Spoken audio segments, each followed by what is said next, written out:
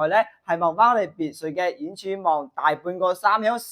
喺三鄉嘅雅基樂諾丁山全新裝修未入住過嘅136方嘅4房單位，睇下主陽台咧係望翻我哋別墅嘅，遠處望大半個三鄉，視野咧係非常之開闊嘅。136方咧係做咗4房2廳2衛嘅，呢個開間將近4米嘅電視背景牆咧安排上啦，而且呢邊咧仲有餐邊櫃嘅。呢邊咧6人位嘅大餐台可以安排上入去咧，就係我哋嘅廚房位置啦。L 型嘅大明廚旁邊咧，仲有個生活陽台，呢邊望出嘅視野景觀咧都係非常之靚嘅喎。入嚟我哋休息區咧係做咗4間房嘅，睇下呢一間咧就係我哋嘅客房啦，望出嘅景觀咧同陽台一樣嘅。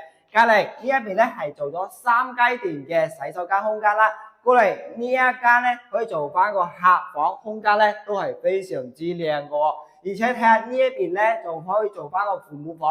呢邊個景觀視野咧，同我哋嘅陽台係一樣嘅。入嚟睇我哋主人房係個套間嘅設計，而且景觀咧都非常之靚嘅喎。呢邊我哋個衞生間空間啦，睇下呢邊咧就有時可以做翻擺個1.8大床啦，呢邊咧望出嘅視野景觀咧都係非常之靚嘅喎。呢套見面咧係136方嘅，做咗4房2廳2衛，全新裝修未入住過嘅。依家首期咧17萬，月供咧4300幾蚊嘅，而且呢度係中心位置嚟嘅，位於振華路上嘅，配套係比較成熟嘅。樓下旁邊咧就有車翻到香港嘅太子同埋荃灣嘅，半個小時咧就可以翻到港珠澳啦。呢度咧非常之多港澳人士居住喺度，而且小區咧仲係人車分流嘅。如果你最近都喺度關注呢一款4房單位嘅話，呢套單位咧一定要過嚟現場睇睇啦。睇樓嘅話，記得揾小福子。